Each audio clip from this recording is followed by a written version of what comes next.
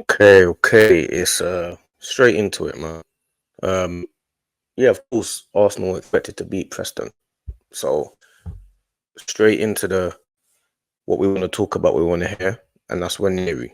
Now, obviously, we ended up winning 3-0, but for those that don't know what he plays like or what he's about, and because what's really good about this team right now is that we've got we had a lot of experience today on the pitch with a mix of the right youngsters, and it allows Winry to shine. Now, yes, we were supposed to win today. Yes, it's a lower level team, but like I say, for those that don't know what Winry plays like, he's basically like because I wouldn't say he was man of the match. I would say we had a few good performances today. Like Marino was good, Jorginho was exceptional. Um, Saliba was, of course, himself. I'm happy Saliba played because he hasn't played for about a week and a half now, at least, because he obviously got sent off against Bournemouth 29 minutes, missed Liverpool, so he hasn't played for basically 2 weeks. But like I said, Neri is basically a fast shooting Odegaard, if you can imagine that. I'm not comparing the level of him yet. I'm not gonna say he's Odegaard's level, but imagine a fast shooting, like, he plays a little bit less dribbling Messi. That is playing style. Nah, what he does brilliant as well is his weight of pass. Now his weight of pass, like when you're high level football, I don't know if people, like, if you play football or you play at a high level, you what you do is you pass the players to you kind of talk to them through the pass. So certain players that are quite like they like the ball to kind of control the spaces, they'll give you the ball in a certain position, knowing that that's not really, they don't want to do anything with that ball, just to get it back. So instead of telling you one to, they give you the ball because you can only give it back to them. So in a certain amount of time, whenever he understands all of that at 17 years old, he gets it all. And his passing is like, he will give it to you. Like, the players trust him wholeheartedly already. They will give him ball in tight spaces, knowing he's going to give it back. And those things I don't really think you can teach like that. I think there's a certain level of out of the box thinking that you can't really teach. I don't think it's just about football. I think it's just in life. Like, certain players, they just know what to do, when to do it. And he's one of those players that he can, like, that's who that's who I wanted to watch today, because I wanted to see because Preston away, even though we're a lot better than him, but that's the type of level that I expect him to shine in if we're meant to be a wonder kid superstar at 17. He did just that because of his brain. Like, he can get past players with, I mean, it's good to do.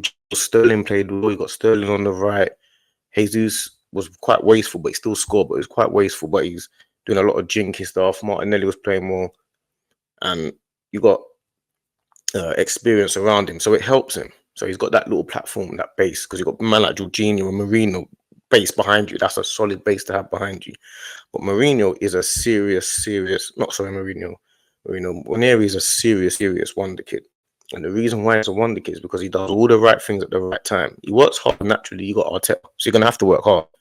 But what he will do, he'll get the ball, go past one or two players, and he doesn't need glory. Like, the reason when he shot, you should have shot. Like, a lot of the times I've seen Odegaard in position where I feel, just shoot, and then he hasn't shot. Whenever he does shoot, and very rarely does he do something that you think you shouldn't do. Very rarely is it in a position where you think like, oh, shoot, and he doesn't shoot, or pass and he doesn't pass. There's a couple of times he was in strong positions and he's ended up doing the the overlap. Someone's got an overlap run and he's fake to shoot and it's done a reverse pass. Perfect. Exactly what you think he should have done. What Odegaard always does, but Odegaard does it all the time. Whenever he does, he seems to do it. So I'm just watching him see it at the same time. He seems to do it. He seems to do it at the right time all the time. Like, it's very, very rare how he can do that. Another thing that he does quite well, he's got a calm head on him, but he's got this like 3 to 4 yard burst of pace. So you see what Odegaard will get past a man with his brain, like he kind of just jinx and then kind of 1-2, and then he kind of get past that man. Ranieri will do that by beating his man. So he's kind of like I say, the only way I can describe him is a a faster shooting version of Odegaard or a little less dribbling of Messi. That's his playing style. And his brain, I mean, Messi's brain was like that, that 6, 15, 16. Like his brain was better than 35, 40-year-olds. When Neri's brain is better than those as well. He just has to, his ability just has to catch up for him to really be that guy. But he's controlling. I mean, he's not quite a controller.